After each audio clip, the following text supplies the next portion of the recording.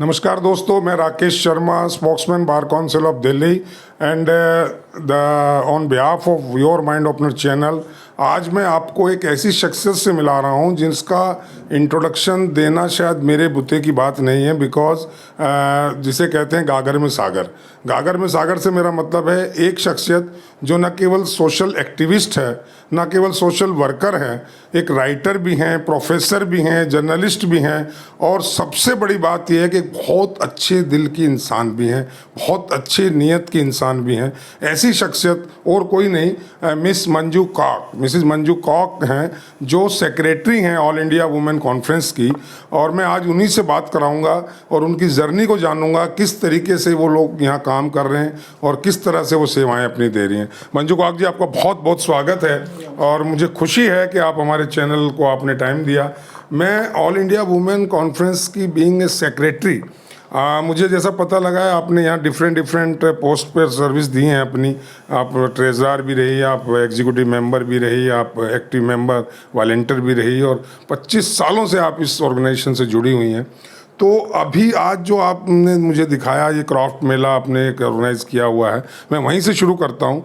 इस तरह के मेलों को ऑर्गेनाइज़ करने के पीछे क्या आपका थीम है? ये मेला पहले ऑर्गेनाइज़ हुआ था 13 साल पहले।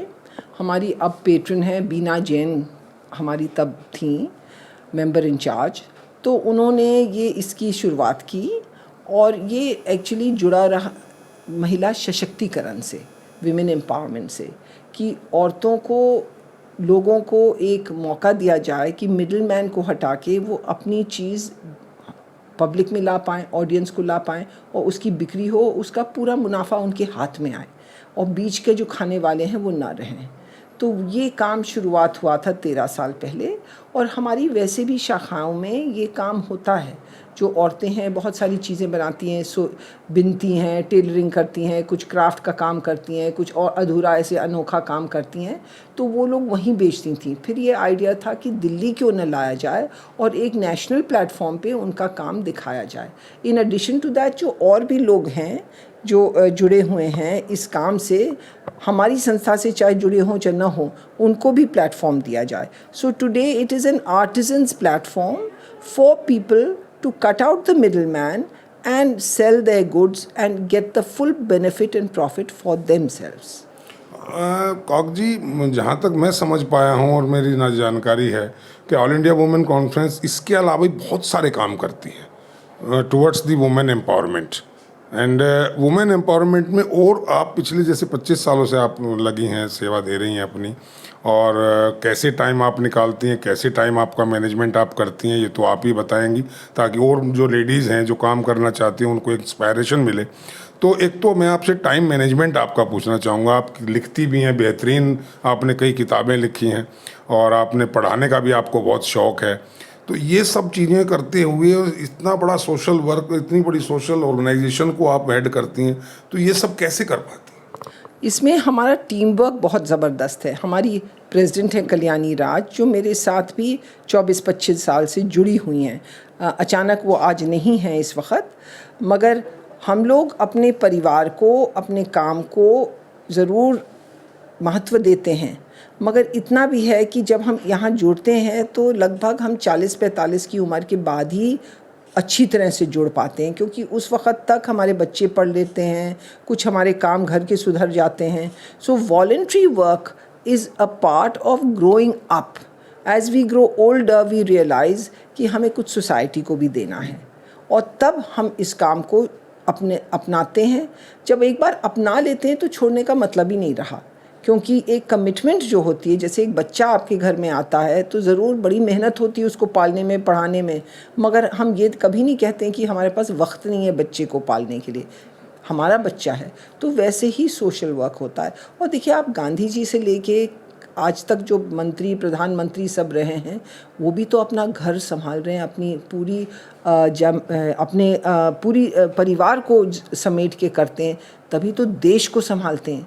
तो हमारे लिए तो, हम तो बहुत छोटे हैं इन लोगों के सामने। हम इतना भी ना करें तो फिर बताइए, इस देश में हमें गांधी जी की विरासत मिली, वी आर इंडिपेंडेंट, तो हम इंडिपेंडेंस को कैसे अपने को एक समीक्षा में रखेंगे और जोड़ के रखेंगे।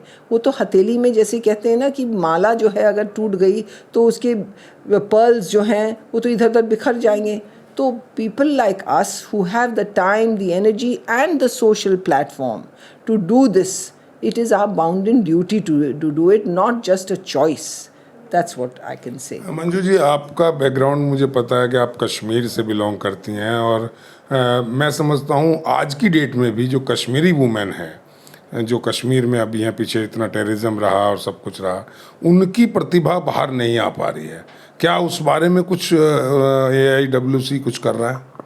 अब मैं आपसे एक बार माफ़ी मांगूंगी, मैं कश्मीरी पंडित हूँ मगर कश्मीर हमको 200 साल हुए छोड़े। तो मेरी पैदाइश है ईस्टर्न यूपी, मैं बहराइच को बिलोंग करती हूँ, मेरे पति इलाहाबाद के हैं, but we are definitely Kashmiri Pandits. But इतना ज़रूर है जो आप बात कह रहे हैं, तो हमारी कश्मीर में एक बिग ब्रांच है जो चलाती हैं, वो विमेन स्टडीज़ सेंटर श्रीनगर की भी प्रोफेसर हैं और हमारी ब्रांच भी चलाती हैं, वहाँ क्लाइमेट चेंज और भी काम कर रही हैं। बट ज़रूर जो वहाँ हालात हैं, कश्मीरी औरतों पे जो कॉन्फ्लिक्ट हुई है उस पे जो हालात उन पे बीते हैं, उसके लिए हम लोग हाईलाइट ज़रूर करते हैं। जैसे हम यूनाइटेड नेशंस जाते हैं तो उसके बारे में बोलते हैं, पैरेलल इवेंट्स होते हैं उसके बारे में बोलते हैं, बट ज़मीन पे ज़रूर जो काम हम करना चाहते हैं वो अभी ऐसे हालात नहीं हैं जो हम एक्चुअली उतने फैलाएं अपना काम।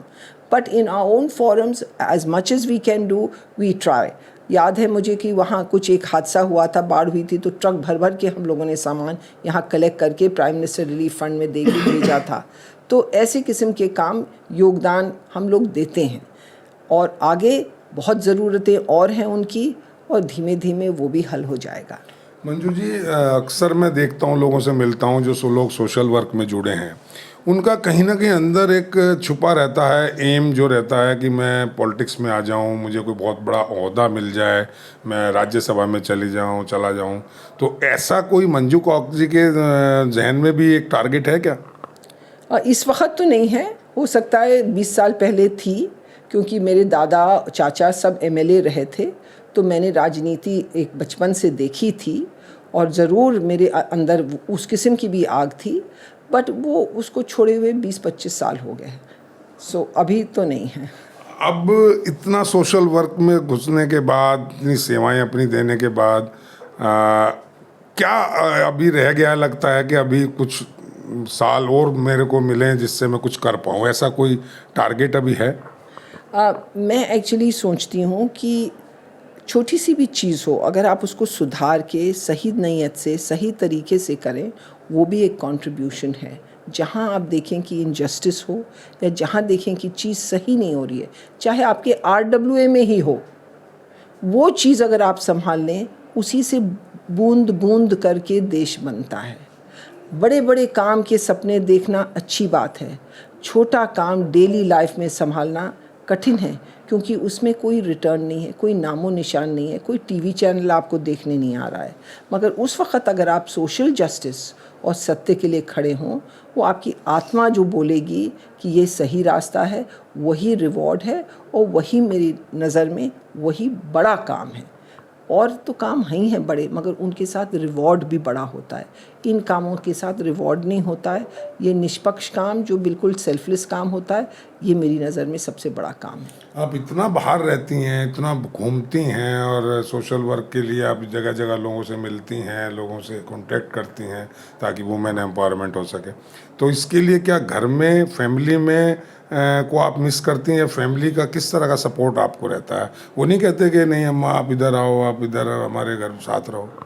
मेरी सास खुद इस संस्था की ट्रेजरर थी, मेरी छोटी नानी संस्था की प्रेसिडेंट रह चुकी हैं, तो मेरे हस्बैंड ने तो ये देखा है बचपन से, और वो खुद सर्विस के थे, he was from the civil service, तो उनको खुद ही ये चीज़ सर्विस का नाम मालूम था और सभी कोऑपरेट करके किया। अब मैं दादी भी हूँ, बच्चे भी बड़े हो गए हैं, तो अब वो पाबंदियाँ हैं नहीं, मगर हाँ ज़रूर जब थोड़ी उम्र कम होती है तो ये सब कठिनाइयाँ होती हैं।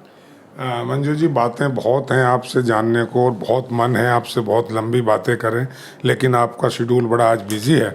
मैं बस इससे पहले कि अपनी बात ख़त्म करूं, एक मैसेज जो यंग गर्ल्स हैं जो डिफरेंट पार्ट्स ऑफ इंडिया के पार्ट से आती हैं, और आप तो हॉस्टल भी चलाती हैं, कई हॉस्टल NDMC के हैं, ये AIWC का भी है, तो क्या एक मैसेज देना चाहेंगे ताकि वो अपने आप में मजबूती के साथ खड़ी हो सकें और अपनी प्रतिभाओं को बाहर निकालते हुए और अपना एक इज्जत के साथ और अपना एक स्थान बनाए समाज में? ऐसा कोई मैसेज आप देना चाहेंगी? मैं सिर्फ ये मैसेज देना चाहूँगी कि आज है कंज्यूमरिज्म का ज़माना, और कंज्यूमरिज्म में आपको बर्किन का बैग चाहिए, रेबैन के डार्क ग्लासेस चाहिए, मॉल्स में शॉपिंग करनी है, मगर एंड में ये सब चीज़ें एक्वायर करने के बाद आदमी औरत कोई बड़े नहीं होते हैं। बड़े होते हैं अपने कर्तव्य से, पर्सनैलिटी बनती है अपने एक्सपीरियंसेस से। तो आप लोग अपनी प्रतिभा बढ़ाएंगे जब आप खुद दूसरे की सेवा करेंगे। अपनी ज़िंदगी में थोड़ा सा भी अगर दूसरे के लिए सेवा करेंगे, वो बर्किन बैग से बहुत ज़्यादा बुलंद आपके लिए वो चीज़ रहेगी। So that is the only formula, work for others, service before self. Thank you Manju Kauk ji. तो सुना दोस्तों, कितने उच्च विचार थे और कितना इन्होंने एक बहुत ही शॉर्ट में एक मैसेज दे दिया तमाम हिंदुस्तान की उन लेडीज़ को, उन नारियों को, उन यंग गर्ल्स को, ताकि वो अपने आप को डेवलप कर सकें, प्रोग्रेसिव बन सकें। ऐसी एक शख्सियत से मैं फिर कभी आपसे मिलाऊंगा और इनसे ढेर सारी बातें करेंगे अगले एपिसोड में। आज के लिए दोस्तों इतना ही। जय हिंद, जय भारत।